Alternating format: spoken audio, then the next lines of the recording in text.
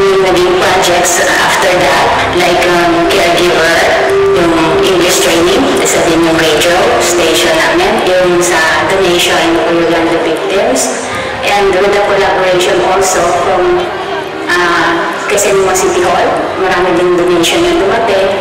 Now, gumawa kami sa Victo Hugot, patuloy pa rin na kung ano mang mangyari, sana wala naman awa ng Diyos, dire-diretso pa rin yung pag-support namin, patuloy pa rin na makatulong kami sa mga tao na nangangailangan. Doon sa mga projects na ginagawa namin, mahirap. You have to do everything para sa mga migrante na naninirahan dito. May experience na kung paano manirahan na wala kang mapagsabihan ng problema, wala kang matanungan. Siyempre, iba-iba kami ng way of thinking, ideas, paano mo pag-iisahin, paano kayo magkakasundo-sundo, paano nyo maaano ang isang project na sang-ayon ba sila. Minsan merong tayo na talagang masasabi, give up, pero yung inumpisaan mo na eh. So, we have to continue. Maraming bagay silang samahan ng bayanihan. Talagang suporta sa pagtulong sa aming mga Pilipino masalanta ng tsunami. Maraming salamat sa mga tao. Nag-ubos ng panahon para sa akin, para sa pagtulong sa akin dito.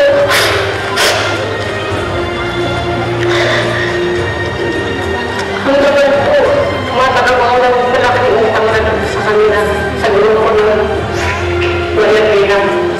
Dahil hindi po dahil sa kanila siguro wala akong pinuho dito.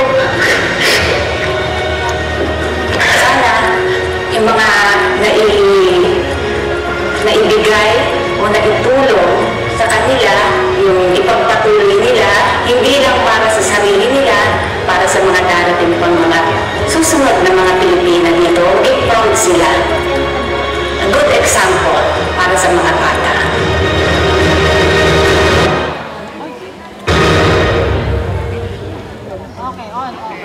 Alright.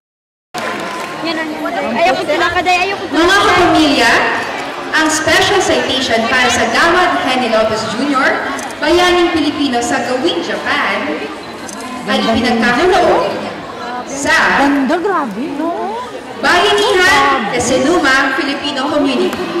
Bayanihan Quezonuma Filipino Community! Asan po kayo? Ayan! Ang saya, Angel, no? Nakikita natin, pinaparangalan natin sila. Ayan, congratulations po, ma'am. Congratulations po. Ayan, alright. Ito na po. Ayan, picture! Ayan ang pinakaiintay natin. Picture. Picture po. Ayan tayo. Ayan. Alright, maraming salamat po. Of course, our winner, Bayanihan Quezonuma Filipino Community. Maiksing mensahe po. Magandang gabi po sa inyong lahat. Maraming salamat po dito sa award nito.